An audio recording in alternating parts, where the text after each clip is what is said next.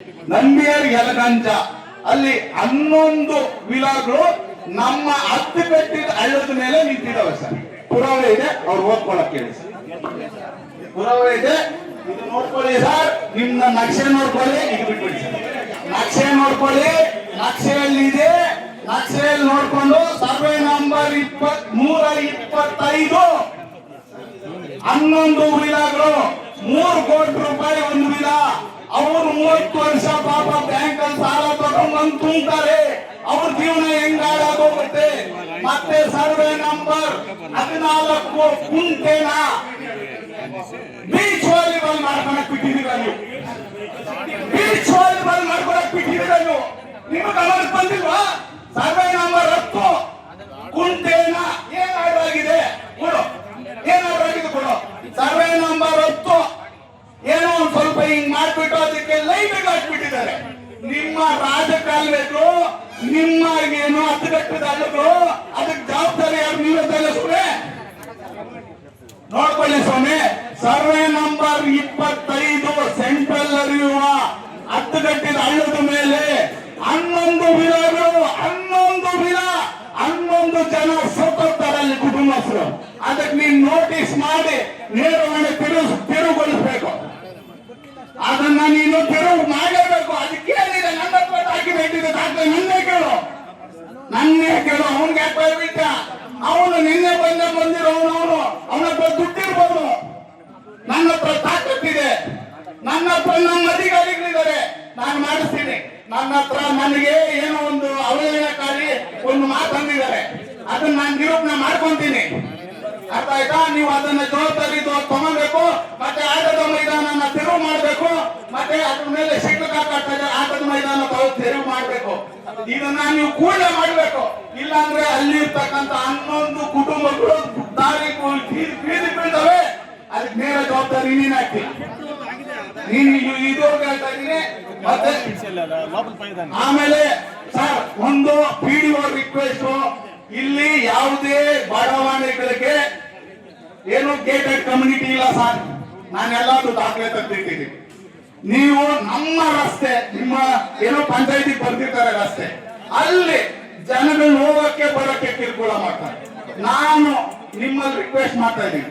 ಯಾಕಂದ್ರೆ ಅವ್ರಿಗೆ ನಾನು ಕೇಸ್ ಕೊಡ್ಬೋದು, ಅಲ್ಲಿವರೆಗೂ ಹೋಗೋದ್ ಬೇಡ ಸರ್. ರೋಡ್ ಅಡ್ಡಗಡ್ತಾ ಇದ್ದಾರೆ, ಇಲ್ಲಿ ಕಳ್ಳರು ಇದ್ದಾರೆ ಅಂತ ಕೊಡಕ್ ನಂಗೆ ಎಷ್ಟು ಹೊತ್ತಿಲ್ಲ. ಅವ್ರು ಹೋಗ್ತಾರೆ, ಪರಿಶೀಲನೆ ಮಾಡ್ಕೊಂಡು ಹೋಗ್ತಾರೆ. ಇಲ್ಲಿರೋ ಸಮಸ್ಯೆನ ತೋರಿಸಬಾರ್ದು ಅಂತ ಹೇಳಿ ಅವ್ರಿಗೆ ಕೇಸ್ ಕೊಡೋದು ನನ್ಗೇನಿಲ್ಲ. ರಸ್ತೆ ಅಡ್ಡಗಟ್ಟುವ ಇಲಾಖೆ ಅವ್ರದ್ದು ಬರೋದು ಸರ್. ನಿಮ್ಗೆ ಹೇಳ್ತಾ ಇದ್ದೀನಿ, ನೀವು ಸ್ವಲ್ಪ ಗಮನಿಸಿ. ರಸ್ತೆ ಮಧ್ಯದಲ್ಲಿ ಗೇಟ್ ಹಾಕಕ್ ಬಿಟ್ಟವ್ರು ಯಾರು? ಯಾಕೆ ಗೇಟ್ ಹಾಕ್ಬೇಕು? ನಮ್ಮ ಪಂಚಾಯತಿ ರಸ್ತೆಗಳಲ್ಲಿ ಗೇಟ್ ಹಾಕ್ಬೇಕು ಸರ್. ನಿಮ್ ಬರುತ್ತೆ ತಾನೇ ಸರ್, ನಿಮ್ ಪಂಚಾಯತಿಗೆ ತಾನೇ ಸರ್ ಬರೋದು. ಅವ್ರು ಬರ್ದು ಕೊಟ್ಟಿರ್ತಾರೆ ತಾನೇ ಸರ್. ಅದಕ್ಕೆ ಯಾಕೆ ಅವ್ರು ಯಾಕೆ ಗೇಟ್ ಹಾಕ್ಬೇಕು? ನಮ್ಮ ಸಾರ್ವಜನಿಕರಿಗೆ ಯಾಕೆ ಓಡಾಡಕ್ ಬಿಡಲ್ಲ? ಯಾಕೆ ಕ್ವಶನ್ ಮಾಡ್ಬೇಕು? ಗೇಟೆಡ್ ಕಮ್ಯುನಿಟಿ ಅಲ್ಲ, ಅಪಾರ್ಟ್ಮೆಂಟ್ ಒಂದೇ ಗೇಟೆಡ್ ಕಮ್ಯುನಿಟಿ. ಎಲ್ಲರೂ ತಲೆಯಲ್ಲಿ ಉರ್ಲಿ ಅಂತ ಮಾತಾಡ್ತಾ ಇದ್ದೀನಿ. ಗೇಟೆಡ್ ಕಮ್ಯುನಿಟಿ ಮಾಡೋದು ಬರೀ ಅಪಾರ್ಟ್ಮೆಂಟ್ ಮಾತ್ರ. ವಿಲಾ ಪ್ರಾಜೆಕ್ಟ್ ಮತ್ತೆ ಲೇಔಟ್ಗೂ ಯಾವುದೇ ಗೇಟೆಡ್ ಕಮ್ಯುನಿಟಿ ಅಲ್ಲ. ಮತ್ತೆ ಮೊನ್ನೆ ರೀಸೆಂಟ್ ಆಗಿ ಒಂದು ರೈತರಿಗೆ ರಸ್ತೆ ಅಡ್ಡ ಹಾಕಿದ್ರು, ಅವ್ರ ಮೇಲೆ ಕೇಸ್ ಸಮೇತ ಹಾಕಿದ್ದಾರೆ ಸರ್. ಇಲ್ಲಿಂದ ಎಲ್ಲೋ ಬಟ್ಟೆ ಹುಟ್ಟೋ ಬಟ್ಟೆ ತಗೊಂಡ್ಬಂದು ಗೋಳಿ ಮಕ್ಕಳು ಬಂದಿಲ್ಲ ಬಿಲ್ಡರ್ ಆಗಿ ನಮ್ಮ ರೈತರನ್ನ ಹಾಳು ಮಾಡಿ ಈ ತರ ನಮ್ಮ ರೈತರ ಜಮೀನು ಹೊಲಕ್ಕೆ ದಾರಿ ಬಿಡ್ತಾ ಇಲ್ಲ ಸರ್. ಇದನ್ನ ನೇರವಾಗಿ ನೀವು ತಗೊಂತೀರಾ ಸರ್? ನಮ್ಮ ರೈತರ ಜಮೀನ್ ಪಕ್ಕದಲ್ಲಿ ಕಾಂಪೌಂಡ್ ಆಗಕ್ ಬಿಡಬಾರ್ದು ನೀವು. ಗೇಟೆಡ್ ಕಮ್ಯುನಿಟಿ ಯಾವುದು ಅಲ್ಲ, ಯಾವುದು ಇಲ್ಲ ಗೇಟೆಡ್ ಕಮ್ಯುನಿಟಿ. ನಾನು ಇದೇ ಹೇಳೋದು. ಬೇಕಂದ್ರೆ ಎಲ್ಲಾನ ತಗೊಂಡ್ಬಂದ್ರಿ ಗೇಟೆಡ್ ಕಮ್ಯುನಿಟಿ ಇದೆ ಅಂತ, ಗೇಟೆಡ್ ಕಮ್ಯುನಿಟಿ ಅಂತ ತಗೊಂಡ್ಬಂದ್ಬಿಟ್ಟು ಜನಗಳು ಮೋಸ ಮಾಡಿ ಮಾಡ್ತಾ ಇದ್ದಾರೆ. ಮತ್ತೆ ಸರ್ ಇನ್ನೊಂದು, ನಮ್ಮ ಮುತ್ತಾನಲ್ಲೂರು ಸರ್ಕಲ್ ಇಂದ ಇಲ್ಲಿವರೆಗೂ ಬರೋ ರಸ್ತೆಯಲ್ಲಿ 2 ಪ್ರತಿಷ್ಠಾಪಿತ ಬಡಾವಣೆಗಳು ಮಾಡಿದ್ದಾರೆ. ಅದರಲ್ಲಿ ಸೇತುವೆ ಮಾಡಿದ್ದಾರೆ ಸರ್ ರಾಜಕಾಲುವೆ ಮೇಲೆ. ಅದಕ್ಕೆ ಅವರು ತಗೊಂಡಿರೋದು ಹೆಂಗೆ ಅಂದ್ರೆ ರೈತರ ಜಮೀನಿಗೆ ಹೋಗೋಕೆ ದಾರಿ ಅಂತ ತಗೊಂಡಿದ್ದಾರೆ. ನಾಳೆ ಬೆಳಗ್ಗೆ ರೈತರ ಜಮೀನ್ ಇಲ್ಲ ಅಂದ್ರೆ, ಬಡಾವಣೆ ಇದೆ ಅಂದ್ರೆ ದಾರಿನ ಕಿತ್ತಾಕ್ತಾರೆ. ಅಲ್ಲಿರೋ ಕುಟುಂಬಸ್ಥರು ಏನಾಗ್ಬೇಕು? ಬಿಲ್ಡರ್ ಮಾಡ್ತಾ ಇರ್ತಕ್ಕಂಥ ಏಳುವಟ್ಟು ಕೆಲಸಗಳಿಗೂ ಅವ್ರಿಗೆಲ್ಲಾನು ಬುಕ್ಬೇಡಿಂಗೆ ಅವ್ರ ಹತ್ರ ಸಲ ಮಾಡಿಬೇಡ್ರಿ. ಯಾಕೆ ಹೊಡಿತೀರಾ? ಸಲಾಮ್ ಯಾಕೆ ಹೊಡಿತೀರಾ? ಮತ್ತೆ ಪ್ರತಿಷ್ಠವಾಗಿ ರಾಜಕಾಲುವೆ ಮೇಲೆ ಕಣ್ಣು ಕಾಣಿಸಲ್ಲ ಸ್ವಾಮಿ, ನೀನ್ ಬೋರ್ಡ್ ಹಾಕಿ ಅವ್ನು ಶಿರೋಪಾಲಕ ಇಟ್ಕೊಂಡವನೇ, ಕಣ್ಣು ಕಾಣಿಸಲ್ಲ ನಿನ್ಗೆ, ಆ ಜವಾಬ್ದಾರಿ ನಿಮ್ದಲ್ವಾ? ಇಲ್ಲೇ ಸರ್, ಇಲ್ಲ ಮುಂದೆ ಆಯ್ತಾ? ಎಲ್ಲಿದೆ ಸರ್? ಬನ್ನಿ ಸರ್. ಇಲ್ಲ ಸ್ವಾಮಿ, ಯಾಕೆ ಸ್ವಾಮಿ ಸುಮ್ಮನೆ ಹೇಳ್ತೀಯಾ? ಅಲ್ಲಿ ಗೋಡೆನೇ ಕಟ್ಟಿದ್ದಾರೆ, ಗೋಡೆನೇ ಕಟ್ಟಿದ್ದಾರೆ. ಇವಾಗೂ ಇದೆ, ಈ ಕ್ಷಣನೂ ಇದೆ, ಇವಾಗ ಹೋದ್ರೂ ಪುರಾವೆ ಇದೆ, ರೂಪ್ ಇದೆ. ಬೇಡ, ಇರ್ಲಿ ಇರ್ಲಿ. ನನ್ನ ಉದ್ದೇಶ ಇಷ್ಟೇ, ನಮ್ದೇ ರೈತರು ಭೂಮಿ ಕೊಟ್ಕೊಂಡಿರ್ತಾರೆ, ಅವ್ರ ಕಷ್ಟನೋ ಸುಖನೋ ಮಾಡ್ಕೊಂಡಿರ್ತಾರೆ, ಇಲ್ಲ ಅಂತಿಲ್ಲ, ಅನ್ಯತೆ ಭಾವಿಸ್ಬೇಡಿ. ಅದಕ್ಕೆ ಪುರಾವಾಗಿ ದಾಖಲೆ ಮಾಡಿರ್ತೀವಿ. ನಾಳೆ ಬೆಳಗ್ಗೆ ಫ್ಲೋಟ್ಸ್ ಬರುತ್ತೆ, ಇನ್ನೊಂದು ಬರುತ್ತೆ, ಅವ್ರು ತೆಗೆದು ಬಿಡ್ತಾರೆ. ರೈತರು ಜಮೀನು ಇಲ್ಲ, ಯಾರು ಬಡವಣೆಯಲ್ಲಿ ಬರ್ತಾನೆ ಅಂದ್ರೆ ಅವನಿಗೆ ಸರ್ಕಾರದಿಂದ ಯಾವುದೇ ಅನುದಾನ ಬರಲ್ಲ. ಪ್ರತಿಯೊಬ್ಬರಿಗೆ ಹೇಳ್ತಾ ಇದ್ದೀನಿ, ನನ್ನ ನೋವು ಹೇಳ್ತಾ ಇದ್ದೀನಿ. ನಾನು ಆ ಬಡಾವಣೆ ವಿರುದ್ಧ ಅಲ್ಲ, ಆ ಬಡಾವಣೆ ಮಾಡ್ತಕ್ಕಂತ ದಾಖಲೆ ವಿರುದ್ಧ ನಾವು ಮಾತಾಡ್ತಾ ಇದ್ದೀನಿ. ಸಾವಿರ ಮಾಡ್ಕೊಳ್ಳಿ ಸುಮ್ಮನೆ, ನಮ್ಗೂ ಅದಕ್ಕೂ ಸಂಬಂಧ ಇಲ್ಲ. ಆ ದಾಖಲೆಗಳು ಕರೆಕ್ಟ್ ಆಗಿ ಮಾಡಿ ರೈತರು ಕೊಡ್ಬೇಕು. ಅಲ್ಲಿ ಯಾರು 100 ಜನ ಬಂದು ಅಲ್ಲಿ ಬಡ ರೈತರು ಇಲ್ಲ ಇನ್ನೊಬ್ರು ಉದ್ಯಮಿಗಳು ಬಂದು ಮಾಡ್ತಾ ಇರ್ತಾರೆ, ಮನೆಯಲ್ಲಿರ್ತಾರೆ. ನಾಳೆ ಬೆಳಗ್ಗೆ ರಸ್ತೆ ತೆರವಾಗ್ಬಿಟ್ರಿ ಹೆಂಗೆ ಸ್ವಾಮಿ ಹೋಗೋದವ್ರು? ನಿಮ್ಮ ರಾಜಕಾಲುವೆ ಮೇಲೆ ನಿಮಗೆ ನಾಳೆ ಬೆಳಗ್ಗೆ ಅದು ಆದೇಶ ಮಾಡಿ ನನ್ನಂತ ಯಾವ ಅಪ್ಲಿಕೇಶನ್ ಹಾಕ್ತಾನೆ, ಮೂಡ ಮುಟ್ಟಾಳ ಅಂತ ಬೈಕೊಂತಾರೆ. ದಯವಿಟ್ಟು ಅದು ಬೇಡ, ಅದನ್ನ ತೆರವು ಮಾಡ್ಬಿಟ್ರೆ ಅಷ್ಟು ಜನಕ್ಕೆ ಪಾಪ ರಸ್ತೆ ಆಗ್ಬಿಡ್ತಾರೆ ಸ್ವಾಮಿ. ಅವರು ಕೋಟ್ಯಾಂತರ ರೂಪಾಯಿ ಬಂಡವಾಳ ಹಾಕಿರ್ತಾರೆ. ಸರ್ ನಿಮ್ಗೂ ಅಷ್ಟೇ, ಅದನ್ನು ಸ್ವಲ್ಪ ಓದಿಕೊಂಡು ನೀವು ಖಾತೆ ಮಾಡಿಸಿ ಸ್ವಾಮಿ. ಆ ಬಿಲ್ಡರ್ ಮೇಲೆ ವಿರುದ್ಧವಾಗಿ ಹೋರಾಡಿ ದಾಖಲೆಗಳು ಕರೆಕ್ಟ್ ಸರಿ ಮಾಡಿ ನೀವು ಆಮೇಲೆ ಬೇಕಂದ್ರೆ ನೀವೇನೋ ಮಾಡ್ತೀವಿ ಸ್ವಾಮಿ. ನಾವು ಅದಕ್ಕೆ ಬಿಲ್ಡರ್ ವಿರುದ್ಧ ಅಲ್ಲ ಸ್ವಾಮಿ. ಮತ್ತೆ ಅದನ್ನ ಈ ಕೂಡಲೇ 11 ವಿಲಾಗಳು 11 ಜನ ಸತ್ತೋಗ್ತಾರೆ ಸ್ವಾಮಿ. ನೀವು ಅದನ್ನ ನೇರ ಹೊಣೆ ನೀವು ಹಾಕ್ತೀರ ಹೇಳಿರ್ತೀನಿ, ಅದನ್ನ ಸರ್ವೆ ಮಾಡ್ತೀವಿ. ಕಲುಷಿತ ನೀರು ಹೋಗ್ತಾ ಇದೆ, ಅದಕ್ಕೆ ಜವಾಬ್ದಾರಿ ಯಾರು? ನೀವು ನಮ್ಮ ಕಂದಾಯ ಇಲಾಖೆಯ ಮುಖ್ಯ ಏನು, ನಮ್ಮೂರಿಗೆ ಮುಖ್ಯ. ಇದನ್ನ ನೀವು ಹೆಂಗೆ ಪರಿಗಣಿಸ್ತೀರಾ? ಹೆಂಗೆ ನೀರನ್ನ ಆಚೆ ಹಾಕ್ತೀರಾ? ನಮಗೆ ಅದು ಆಚೆ ಹಾಕಿ ನೀವು ಅದನ್ನ ಸ್ವಲ್ಪ ತಿರುವು ಮಾಡ್ಕೊಡಿ ಸರ್. ಏನು ಹೇಳ್ತೀರಾ ಹೇಳಿ. ಇವಾಗ ರಾಜಕಾಲುವೆದು ಏನು ಸಮಸ್ಯೆ ಇತ್ತು, ಇವಾಗ ಅದು ನಡೀತಿದೆ.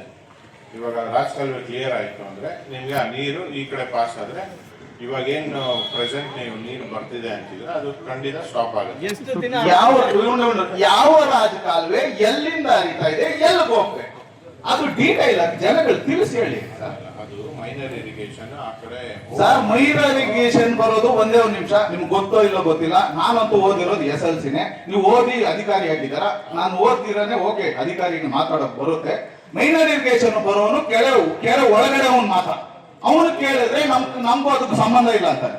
ಅರ್ಧ ಇಲ್ಲ, ಕೆರೆ ಒಳಗಡೆ ಮಾತ್ರ ನಮ್ದು ಅಂತಾನೆ. ಈ ಕಡೆ ಈಚೆ ಬಂದ್ರೆ ಕಂದಾಯ ಇಲಾಖೆಗೆ ನಾವು ಟ್ಯಾಕ್ಸ್ ಕಟ್ತೀವಲ್ಲ, ನೀನ್ ಕಂದಾಯ ಅಧಿಕಾರಿ ತಾನೆ, ನಾನು ಮೈನರ್ ಇರಿಗೇಷನ್ ಟ್ಯಾಕ್ಸ್ ಕಟ್ತೀನಿ ನಾನು. ನೀನ್ ಹೇಳು. ಅದಕ್ಕೆ ನಾವು ಅವ್ರು ಗೈಡ್ ಮಾಡಿದೀವಿ. ಅವರು ಏನ್ ಮಾಡಿದ್ರೆ ಸೈಡಲ್ಲಿ ರಾಜಕಾಲುವೆ ಹೋಗೋದನ್ನ ಬಿಟ್ಟು ಬೇರೆ ಕಡೆ ಡೈವರ್ಟ್ ಮಾಡಿ ಓಪನ್ ಮಾಡಿ. ನಾನು ಕೆರೆಯ ಒಳಗಡೆ ಕೇಳಿಲ್ಲ, ಕೆರೆಯಿಂದ ಆಚೆ ಬರುವ ಮರವೆ ನೀರನ್ನ ನೀವು ನಮ್ಮ ಜಮೀನುಗಳ ಮೇಲೆ ಹರಿಸ್ತೀರಾ? ರಾಜಕಾಲುವೆಯಲ್ಲಿ ಯಾವಾಗ ಹರಿಸ್ತೀರಾ? ಯಾರು ಜಮೀನ್ ಮೇಲೆ ಹರಿಸಿಲ್ಲ. ಹೌದು, ಹರಿತಾ ಇದೆ ಸರ್. ಹೈಟ್ ಆಗಿದ್ರಿಂದ ರಸ್ತೆ ಮಾಡ್ಕೊಂಡಿದ್ರಿಂದ ಈ ಕಡೆ ಡೈವರ್ಟ್ ಆಗಿ ಹೋಗ್ತಿದೆ ಹೊರತು ಯಾರು ಹರಿಸ್ತಾ ಇಲ್ಲ. ಹೌದು, ತೆರವುಗೊಳಿಸಕ್ಕೇನೆ ಮೈನರ್ ಇರಿಗೇಷನ್ ಅಲ್ಲ. ಈ ಹೆಚ್ಚುವರಿ ನೀರು ಬರ್ತಾ ಇರೋದಕ್ಕೆ ಯಾವ ಕಾರಣ? ಈ ಹೆಚ್ಚುವರಿ ನೀರು ಬರ್ತಾ ಇರೋದಕ್ಕೆ ಯಾವ ಕಾರಣ? ಈಗ 15-20 ವರ್ಷಗಳ ಮುಂಚೆ ಮಳೆ ಬರ್ತಾ ಇತ್ತು, 1 ತಿಂಗಳ ಕೋಡಿ ಹೋಗ್ತಾ ಇತ್ತು, ಮತ್ತೆ ಗಡ್ಡೆ ಕಲಿಸ್ತಾ ಇದ್ರು, ಭತ್ತ ಬೆಳೀತಾ ಇದ್ರು. ಈಗ ಬೇಸಿಗೆ ಕಾಲದಲ್ಲೂ ಮರಳು ಹೋಗುತ್ತೆ. ಇದಕ್ಕೆ ಜವಾಬ್ದಾರಿ ಯಾರು? ಕಾರಣ ಯಾರು?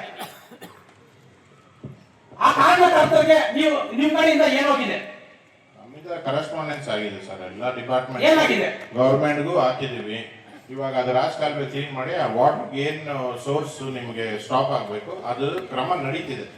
ಇದು ಎಷ್ಟು ದಿನದಲ್ಲಿ ಆಗುತ್ತೆ? ನೀರು ಆಚೆ ಹೋಗ್ಬೇಕು 60 ಡೇಸ್ ಅಲ್ಲಿ ಆಗುತ್ತೆ. ಸರ್, ನಿಂತಿರೋ ನೀರು ಆಚೆ ಹೋಗ್ಬೇಕು. Stop ಆಗೋದಲ್ಲ main. ಆಫ್ ಮಾಡಿದ್ರೆ ಅಲ್ಲದೆ ಇವಾಗ ಒಂದ್ ನಿಮಿಷ ನೀನು ದಯಮಾಡಿ ಹೇಳ್ತೀನಿ ಕೇಳು.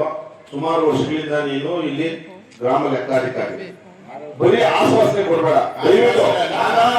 ಪ್ರೋಸೆಸ್ ಈಗ ನಮ್ಮ ಗ್ರಾಮ ಪಂಚಾಯತಿ ರೈತರು ಸುಮಾರು ದಿನಗಳಿಂದ ಹೋರಾಟ ಮಾಡ್ಕೊಂಡು ಬರ್ತಾ ಇದ್ದಾರೆ, ನಿನ್ಗೂ ಗೊತ್ತಿದೆಯಲ್ಲ. ಈ ಹೋರಾಟಕ್ಕೆ ಏನಾದ್ರೂ ನೀನು ಸೂಕ್ಷ್ಮವಾಗಿ ಲೆಟರ್ ಆಗಿ ಸರ್ಕಾರಕ್ಕೆ ಇದು ಮಾಡಿದ್ರಾ? ಹೋಗಿದೆ, ಅವ್ರು ಕೊಟ್ಟಿದ್ದೀರಲ್ಲ ಆಗಿದೆ. ಇನ್ನು ಕೇವಲ 60 days ಅಲ್ಲಿ ದಯವಿಟ್ಟು ನೋಡಿ, ನಾನು ಇನ್ನೊಂದು ಮಾತಾಡ್ತೀನಿ. ಇಲ್ಲಿ ಗ್ರಾಮ ಸಭೆ ನಡೆಯೋದಕ್ಕೆ ಬಿಡ್ತಾ ಇರಲಿಲ್ಲ ರೈತರು. ಸರ್ ಗೊತ್ತು. ಯಾಕಂತ ಹೇಳ್ತೀರಾ, ಅಷ್ಟು ನೊಂದಿದ್ದಾರೆ ಅವರು. ನೀವು ಇದ್ರ ಬಗ್ಗೆ ಅತಿ ಸೂಕ್ಷ್ಮವಾಗಿ ಗಮನಿಸಬೇಕಾಗ್ತದೆ. ಖಂಡಿತ ಸರ್. ಎರಡನೇದಾಗಿ ಸರ್, ನೀವು ಹೊಸದಾಗಿ ಬಂದಿದ್ದೀರಾ, ಪಂಚಾಯತ್ ಅಭಿವೃದ್ಧಿ ಅಧಿಕಾರಿಗಳು ಅಂದ್ರೆ ತುಂಬಾ ಪವರ್ ಇದೆ. ಮತ್ತೆ ಸಾಹೇಬ್ರೆ, ನೀವು ಆಡಳಿತ ಅಧಿಕಾರಿ ಇದ್ದೀರಾ, ನೀವು ಇಬ್ಬರು ರೈತರನ್ನ ಸಮಸ್ಯೆಗಳನ್ನ ನಿಜವಾಗ್ಲೂ ರೈತರ ಮಕ್ಕಳೇ ಆಗಿದ್ರೆ ಇವ್ರಿಗೆ ನ್ಯಾಯ ಕೊಡಿಸುವಂತ ಕೆಲಸವನ್ನ ನೀವೆಲ್ಲ ಮಾಡ್ಬೇಕಾಗ್ತದೆ. ನಾವು ಸದಸ್ಯರಿದ್ದೀವಿ, ನಾವು ಇವರ ಹೋರಾಟಕ್ಕೆ ನಾವು ಬೆಂಬಲವಾಗಿ ನಿಂತ್ಕೊಂಡ್ವಿ, ತಹಸೀಲ್ದಾರ್ನು ಕರ್ಸಿದ್ವಿ, ಮತ್ತೆ ಎಲ್ಲ ಅಧಿಕಾರಿಗಳನ್ನು ಕರೆಸಿ ನಾವು ಸುಮಾರು ನಮ್ಮ ಉಮೇಶ್ ಅವರು ಸೆಕ್ರೆಟರಿಗೆ, ಸಿಎಂಗೆ, ಆಮೇಲೆ KDB ಮಿನಿಸ್ಟರ್ಗೆಲ್ಲ ಲೆಟರ್ ಕೊಟ್ಟಿದ್ದೀವಿ. ಆದ್ರೆ ಅದನ್ನ ಫಾಲೋ ಅಪ್ ಮಾಡೋದು ನೀವು ಅದನ್ನ ಮಾಡಬೇಕು. ದಯಮಾಡಿ ನಮ್ಮ ಮುತ್ತನೂರು ಪಂಚಾಯತಿನಲ್ಲಿ ಬಹಳಷ್ಟು ರೈತ ಸಮಸ್ಯೆಗಳಿದೆ, ದಯಮಾಡಿ ಅದನ್ನ ಕೂಡಲೇ ಮಾಡ್ಬೇಕಂತ ನಾನು ಒತ್ತಾಯವನ್ನು ಮಾಡ್ತಾ ಇದ್ದೀನಿ. ನಮ್ಮ ನಾಗರಾಜ್ ಸರ್ ಮತ್ತೆ ನಮ್ಮ ಹೊಸದಾಗಿ ಬಂದಿರ್ತಕ್ಕಂಥ PD ಅವರು ನೀವು ಕೊಟ್ರೆ ನೆಕ್ಸ್ಟ್ ನೋಡಿ ಕರೆಸ್ಪಾಂಡೆನ್ಸ್ ಆಗಿದೆ. ಕರೆಸ್ಪಾಂಡೆನ್ಸ್ ಅಲ್ಲ, ಅದಕ್ಕೆ ನೀವು ಇವ್ರಿಗೆ ಉತ್ತರ ಕೊಡ್ಬೇಕು. ಹಿಂಗ್ ಮಾಡಿದೀವಿ, ಈ ತರ ಮಾಡಿದೀವಿ ಅಂತ. ಸರ್ವೆ ಮಾಡಿ ನಾವು ಕಾಲುವೆನೆ ತೆಗಿಯಕ್ಕೆ ಬಂದಿದ್ವಿ. ಇನ್ನೇನ್ ಕಾಲುವೆ ತೆಗಿಯಕ್ಕೋಸ್ಕರ ಅದು ಸ್ಟಾಪ್ ಆಗಿ ಕೋರ್ಟ್ ಅಲ್ಲಿ ಇತ್ತು. ನಾವು ಕೋರ್ಟ್ ಅಲ್ಲೂ ಫಾಲೋ ಅಪ್ ಮಾಡಿ ಅದಕ್ಕೆ ಏನ್ ಪರಿಹಾರ ರೈತರ ಪರವಾಗಿ ನಾವು ಹೋರಾಡಿ ಆರ್ಡರ್ಸ್ ಈಗ ಅವರು ವೈಯಕ್ತಿಕವಾಗಿ ಏನು ಕೇಳಲ್ಲ, ಸಮಸ್ಯೆಗಳನ್ನ ಕೇಳ್ತಾ ಇದಾರೆ. ದಯವಿಟ್ಟು ಅರ್ಥ ಮಾಡ್ಕೊಂಡು ಈ ಆ ಸಮಸ್ಯೆಗಳನ್ನ ಬಗೆಹರಿಸುವಂತ ಕೆಲಸವನ್ನ ನೀವು ಮಾಡಬೇಕಾಗ್ತದೆ. ಕೋರ್ಟ್ ಅಲ್ಲೂ ಅದೇ ನೀರ್ ತೆರವುಗೊಳಿಸಕ್ಕೆ ಸರ್ ಸರ್, ನೀವು ಅವ್ರು ಏನು ಹೇಳಿದಾರೋ ನೀವು ಯಾರಿಗೆ ಸೆಕ್ರೆಟರಿಗೆ ಲೆಟರ್ ಹಾಕಿ ಇಂಥ ತುಂಬಾ ಸಮಸ್ಯೆ ಇದೆ ಅಂತ ಹೇಳಿ ಸ್ವಲ್ಪ ದಯಮಾಡಿ ಗಮನ ಹರಿಸ್ಬೇಕು ಸರ್. ಬನ್ನಿ ಸರ್, ಟಿಕೆಟ್ ಕಳಿಸಿ ಟಿಕೆಟ್ ಕರ್ಕೊಂಡು ಹೋದ್ರೆ ಆಯ್ತು. ಬನ್ನಿ ಬನ್ನಿ ಹೋಗೋಣ, ಬನ್ನಿ ಸರ್, ಎಲ್ಲ ಹೋಗೋಣ, ಬನ್ನಿ ಸರ್, ಹೋಗೋಣ. ಏನ್ ಬಂತು, ಏನ್ ಸರ್ ಇಷ್ಟೊಂದು ಹತ್ರ ಮಾಡ್ತೀರಾ? ರಾಜಕಾರಣದಲ್ಲಿ ಸಂಬಂಧನೇ ಇಲ್ಲ. ಆ ಗೋಳಿ ಮಗ ಯಾವನು ಒಬ್ಬನಿಗೆ ನವ್ಯಾರ್ನವ್ನಿಗೆ ನೀವು ಜೀವನ ಮಾಡೋದಕ್ಕೆ ಇದು ಮಾಡ್ತಾ ಇದ್ದೀರಾ? ಕೈಗಾರಿಕೆ ಇದಕ್ಕೆ ಹಾಕಿದ್ದಕ್ಕೆ ಅವ್ನಿಗೆ ಶಿಕ್ಷಣ ಮಾಡಿದ್ದೀರಾ? ಆ PA ಮಾಡಿ ಅವ್ನು ಬರ್ಲಿಲ್ಲ ಇಲ್ಲಿ ಕೇಳೋಣ ಅಂದ್ರೆ, ಆ ತಹಸೀಲ್ದಾರ್ ಬಂದಿಲ್ಲ, ಯಾಕೆ ಕೇಳೋದು ನಾವು? ಏನ್ ಸರ್ ಬಂದಾಗ ನೋಡಿ